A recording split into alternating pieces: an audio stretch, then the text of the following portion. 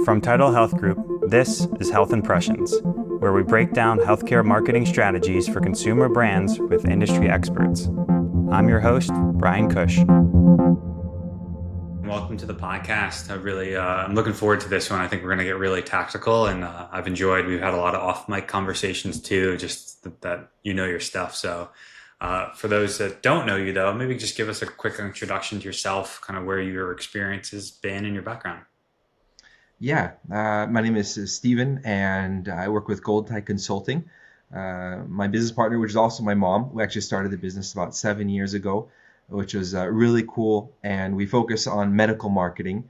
And I'm just really passionate when it comes to SEO and conversions. And it's been really fun to use a lot of these tactical things like you mentioned in such a professional and high-end field like medical marketing. And so yeah, it's like a passion that I get to do for work every day. Love it. I feel like I could derail this conversation already and we could switch topics to relate familiar dynamics in working. And I worked with my wife actually a long time ago, so I feel like we could have a whole nother podcast in a separate time and place. So Right. Yeah, you could write a book on that. yeah. But I'd love to dive in there's been a linchpin to our industry for the longest time of backlinks. I mean, when you think way back at kind of the old page rank and backlinks are the primary function, and it's always stayed in some level of importance. But what about now? And when we think about, we are in an onslaught of change in our industry with AI overviews, chat interfaces, all these new tactics or things we might have to chase. What's your perception on the value of backlinks and your approach to it? Yeah, it has gone through a lot of changes. You used to be able to just buy 50,000 backlinks and you get to the very top. Those days are definitely over, but backlinks is still a big factor in what Google uses to see what website or what page deserves to be at the top. You have to be more careful and more strategic now than before, but it's super valuable and very, very useful still in any industry when it comes to SEO. Yeah, it's interesting. I'm seeing a lot of studies at LLMs. Some are even scraping organic results from search engines. So it's like the implied context then is, okay, whatever the search engine's still prioritizing a value, then the LLMs are. So be curious, how are you guys thinking?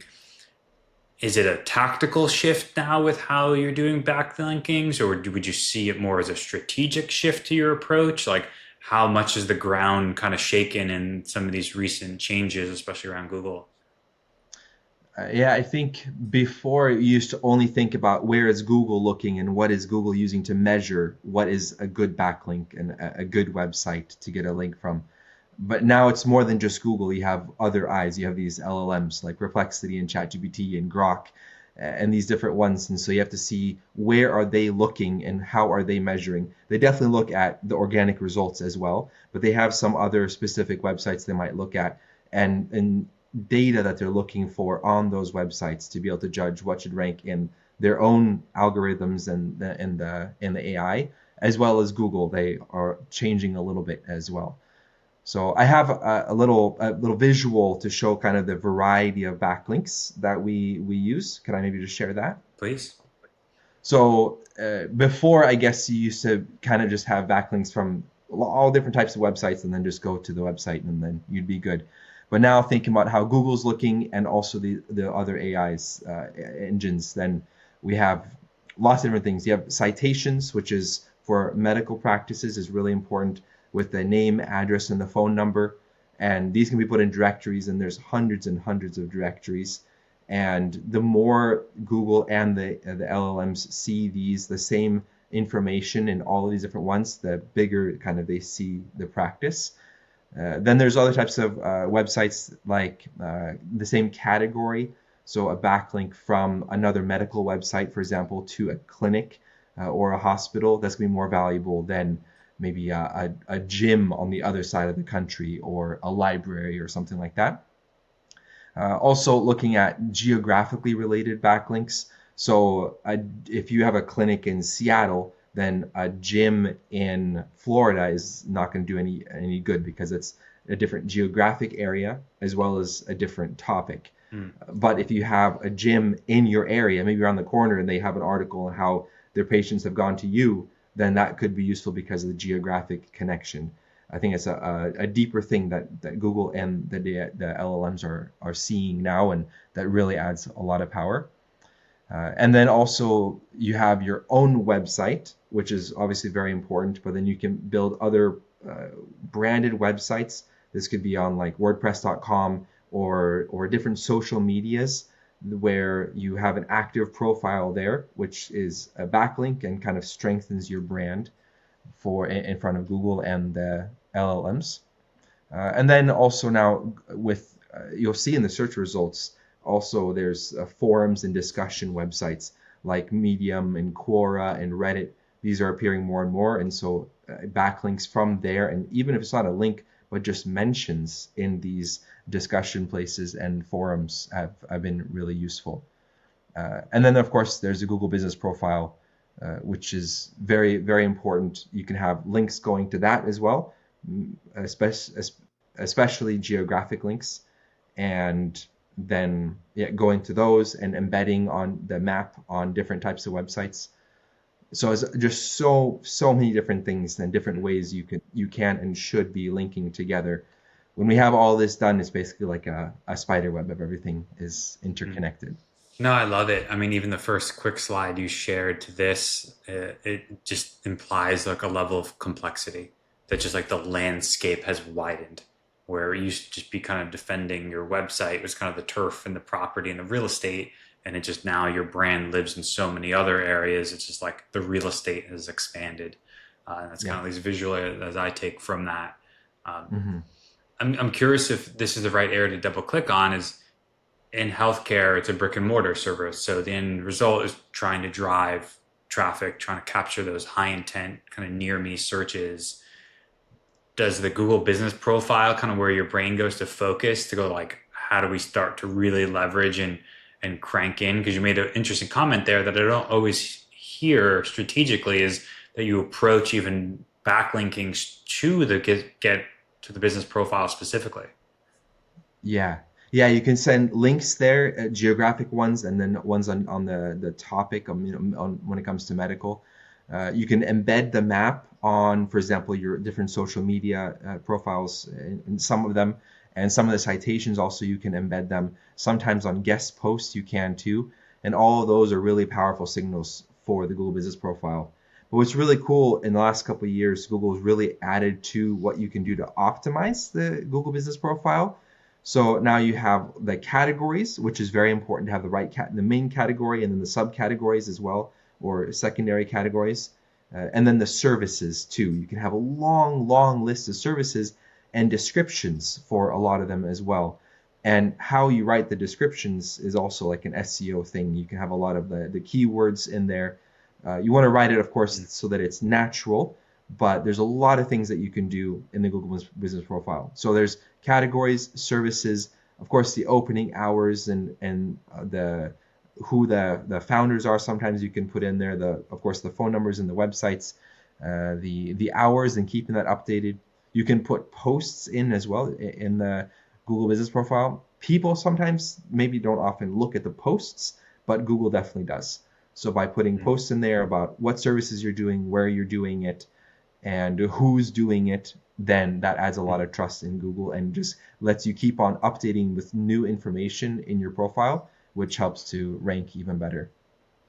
It's an interesting lens too. I'm curious if there's more to explore of like your strategy to the backlinks to that profile specifically. I think the geographic focus is kind of like the obvious first connector that if you're getting links that kind of connect the flag in the ground of where this thing is physically, is there more to explore and kind of like how you, the strategy to what you want to gather and point back to that listing?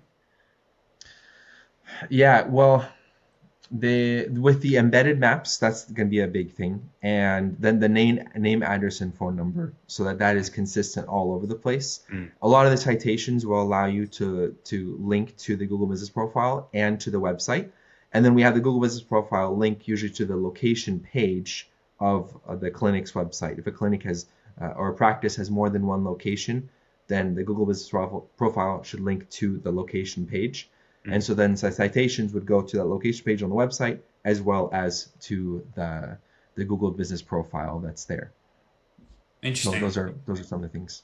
Yeah, you started to open the door a little bit there too of how do you think about the listing's relationship to the website itself too? Because I think so often it's kind of seen as this like isolated piece of real estate that just pump more reviews into the listing and like that's good. But I think there's a big relationship between it and the website itself too. Like if someone's saying, "Hey, I want to rank for this type of service near me more," how do you think about the relationship between the listing and the website?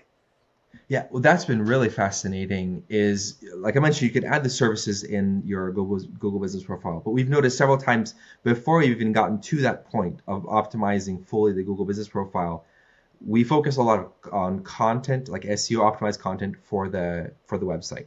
And so then we don't just write blog posts that are on generic nationwide topics, but we write good educational articles on the services that that practice provides. Mhm. And we've seen many times that we write a really good article on the website and it's getting traffic on the website. And now all of a sudden we look in the insights and the performance of the Google Business Profile and it's ranking for the service that we mentioned on the website, even though we hadn't mentioned it yet in the Google Business Profile. So there's definitely a connection there where Google is looking at what services are the website mentioning and then ranking the Google Business Profile for it as well, even if it's not mentioned there. Hmm.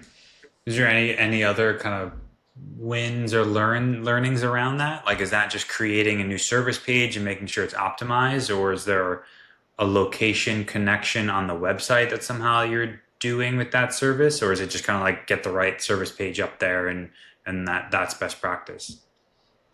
Yeah, well, so on the website's really important to make it very clear to Google where the locations are. And first of all, I guess I'd say it's important to write articles on the services and the specialties that you provided in a very clear way, one page for each service and each specialty. Then you usually have links from those pages to the location page on the website. And the most important is on the location page, then you have links that go to the specialties and the most important services as well.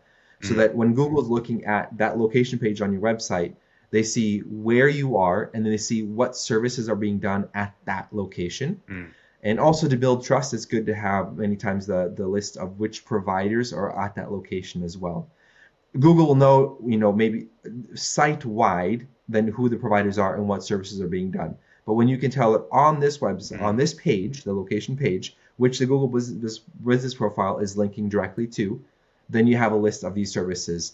And so it's just like its own little hub basically with this location is doing these things with these people. And it's just really straightforward and clear for Google.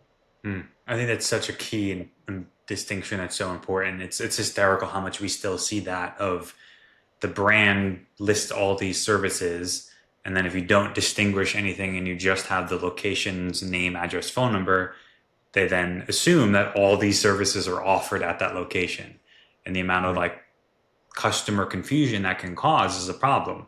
And it's funny to me how much we still come across that of just list what you do at that physical location. Right, right. Yeah. Yeah, because I think if the customers, the patients are confused, Google's also confused. Mm. So either they're going to think that you do all of them at all locations, but I think more likely they won't know what you're doing at that location, so they might not really rank you for much at all for that location. They know that you're there, but they don't know what you're doing. So having those connections within the website itself is crucial. Is there a Is there like a thought tree or like a logic step you go to and kind of where you focus your efforts on getting backlinks to point to? Like if a client's coming to you and going, "Hey, we're looking to drive traffic for this location or this service." Like talk me through how you think about whether, oh, okay, that's a strategy to the website or a strategy to the local listing or some percentage spread. Like what's the thought process as you're trying to apply a backlinking strategy?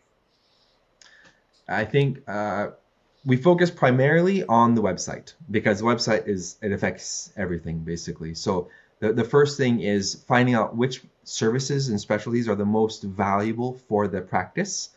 If you want to, maybe it's a practice that offer bunion treatment or something. Obviously, they have way more valuable services that they want to rank for, maybe knee replacement or shoulder replacement or something much, much, much more valuable. So we focus on that. We write articles that are SEO optimized for that on the website and then link it properly. But then once we have that and Google recognize it, then it's also good to have backlinks that connect the website, I guess, the brand with that service and that page. So we might have links that go specifically to that page, different places, Hmm. and that connect, the service and the brand. Then we can also add on backlinks to the specific location for the Google Business Profile that also connect again the brand, that location, and the service. Hmm. So we kind of have it split up. We have the main website package that we offer to everybody, of course, that we ourselves host, and then we have the content, which is like the next step, which is for basically all of them. If a practice wants good results and increase traffic and keep up with the competitors, they need to have new content, or at least regularly optimizing and Hmm. kind of redoing the current content that they have. And then the next step then would be the backlinks to build up the website with those services and the locations. How boutique is the approach? And like you gave some interesting examples of this. Oh, you have this gym down the street from you. Maybe they're referring to you. We can create a backlink story of how their patients, like how many of the instances are that kind of unique boutique versus kind of a systematic approach? Kind of like where does your kind of start and stop go of just like how much nuance is just the reality of that business? Yeah, there are definitely companies like I yeah, specialized SEO companies that will do that kind of really special outreach, but we don't find that it's worth it. It's very time consuming and so it's very expensive. And so what we do, we would build our own websites basically, or our own digital assets on the Mm. internet, which we know Google's going to trust. They're on domains that Google trusts and understands already. I mentioned earlier, like WordPress.com, for example. And so we might build branded or different types of websites on those. These are free and they also last way longer than maybe some random website, Mm. and it's completely like legal in Google's eyes as well. Mm. So we do I say instead of doing true outreach, we build our own assets Mm. that are this just more sustainable and also more controlled. With we know exactly how much it costs, how long it's going to take, and we can just keep on going and going and going with that. Mm. Sounds like a much more kind of systematic input to the process. Yeah. And is a good analogy, almost like in taking like inherited trust from these known domains and known brands. Yes, yeah, exactly. Yeah, we know what Google is looking for, like to trust, and now with the same with the LLMs, ChatGPT, we know where they are looking and what they trust, and so we basically just put the information that they're looking for Mm. there, and there, and there, and there, and there, and there, and so then the result is that they just trust the practice and understand what they're offering. Hmm. I think it's a kind of perfect segue is okay, we've talked about backlinks to the site a little bit more in a search context. Like, okay, now we have this behemoth behavioral shift of people using AI and AI search. How does that map? Is it 100% the same way of thinking about backlinks and citations if you're looking to improve your exposure within these AI searches? No, because I think backlinks with Google, like the more traditional sense, is that it's the article and then it's the anchor text, the words that link to the website. But with the LLMs and with Google now as well, as they're getting way more advanced in how they look at things, they're crawling more than just text, but it's images and it's comments and videos, the transcripts and videos. And so we've started to repurpose the content that we have on the website and put it into videos and put those on in YouTube, for example. And then Google, but also the LLMs are looking at that video Mm. and looking at the transcript and understanding what it's about and building up. The same with Medium articles or Quora comments and these things. So we're instead of just articles, we are then putting in different types of media basically for the LLMs to understand. Interesting. So is that's more I don't know if I'd call it a strategic shift, but there's at least a kind of an asset shift that you're still starting with this core kind of cornerstone article written, but you're Mhm. going, okay, the LLMs are looking for kind of other media signals. So we're going to translate that into audio or video, somehow try and prompt comment. Is that kind of the shift to go, okay, we just need more media signals to increase the trust with the LLMs and these AI searches? Yeah, yeah, because they look at the organic results, but they look in specific other places as well. So you need to put yourself there. Basically, is crucial. Interesting. Has your guys' approach changed much further past that, thinking about how shit and search has shifted into this more conversational format? Um, I guess the way that we write the articles is a little bit is different as well. Uh, Partially because of the LLMs, but partially just because of humans and how we are now with uh, less concentration and attention and stuff. So, for example, at the top of the articles now, we'll have the topic at a glance, so just or like an overview of the Mm, article. This is really good for AI because it also has a limited attention span, basically, or a little time to scan, so it just goes there. But humans also can just look at what the article is about, and sometimes that's all that they need. Also, like frequently asked questions it's always been important, but it's even more important now because questions and answers are crucial. And writing an entire article in the form of a question answer is exhausting to read, but then you can have that information at the bottom in really specific questions and answers, which appear then in the search results mm, in different ways. It could be in the AI overview or in the people also ask section. And I guess that's another thing. There's a people also ask section, but there's other things that are appearing in the organic results now too. So by having videos, for example, then you can have your website in there along with the Google Business Profile and the Maps pack. But then also maybe one of the videos that we make could appear in mm, there as well. So you take up more real estate on the front page, which was harder to do before when it was only website links. mm. So that's kind of an ancillary benefit of this translating the written content into other assets. It may surface in different areas of the search result, just allowing you to take up more real estate. Exactly. Yeah. Interesting. Where is your eye on the horizon? I mean, is there things that you're seeing or potentially seeing come down with this kind of shift in AI? Like, where's your focus looking forward? Yeah, there's talk about the front page being completely different and shifting maybe to mainly a chat type thing in Google, and then like a secondary thing being the links, like what we know now as the first page. But when we look at like the progress in Google, then basically as long as you're not spamming, as long as you're building in a professional way where the assets that you build, the websites that you build, if everything is done in a professional and I guess logical way, Google understands logic and understands professionalism. So as long as you keep on doing that, then no matter how these things shift around, then you're still going to end up ahead of the competition Mm, that are trying to cut corners, or some of them are just completely given up. But a lot of them, I think, might just be stuck to old ways with keyword stuffing mm. and all these crazy things that are just disregarded now by Google, and then you don't get the results. But I think no matter how the first page changes and no matter what other LLMs are going to appear, then if you build out in a professional and logical way, then you're going to be ahead of the rest.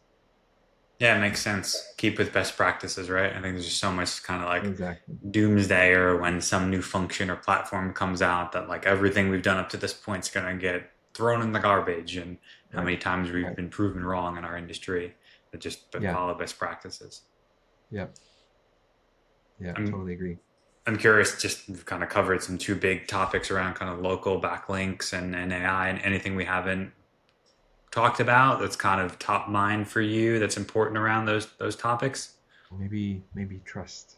Yeah. How do you define Yeah. trust? Yes. What does Yeah. that mean to you when you're trying to signal trust, something that's so subjective? How do you start to wrap your hands around that? Yes. That's super important.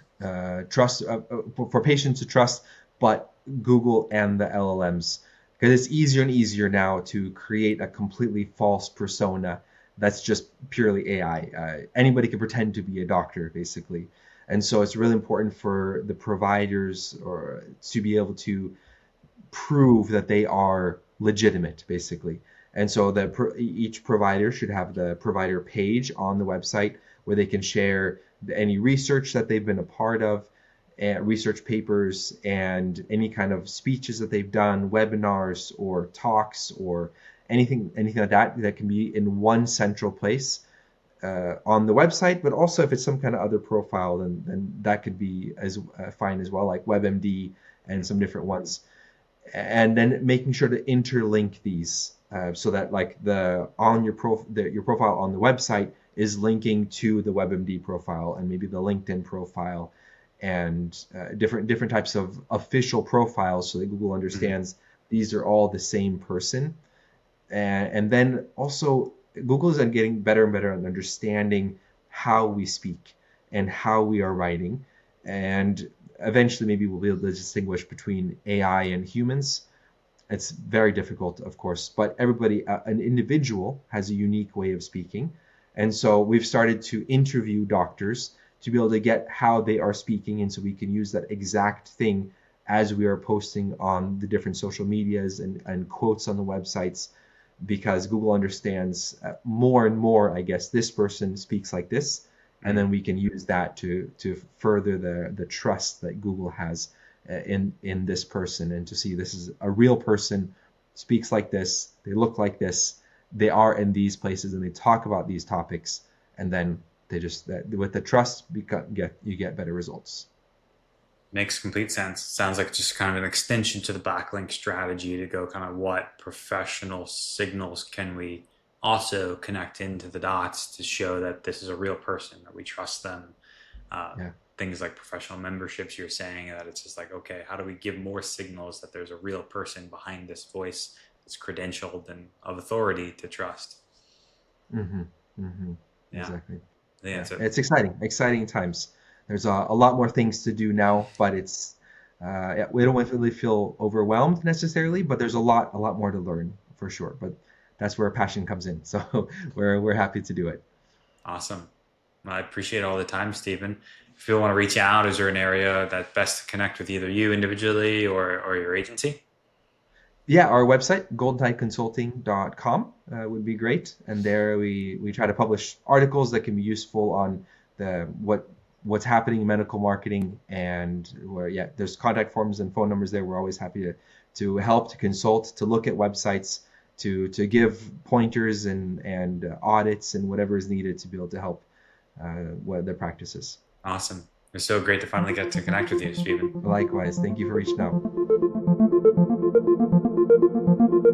Thanks for listening to Health Impressions. Subscribe on your favorite podcast platform so you never miss an episode. Leave a review to help us improve, and connect with us on social media.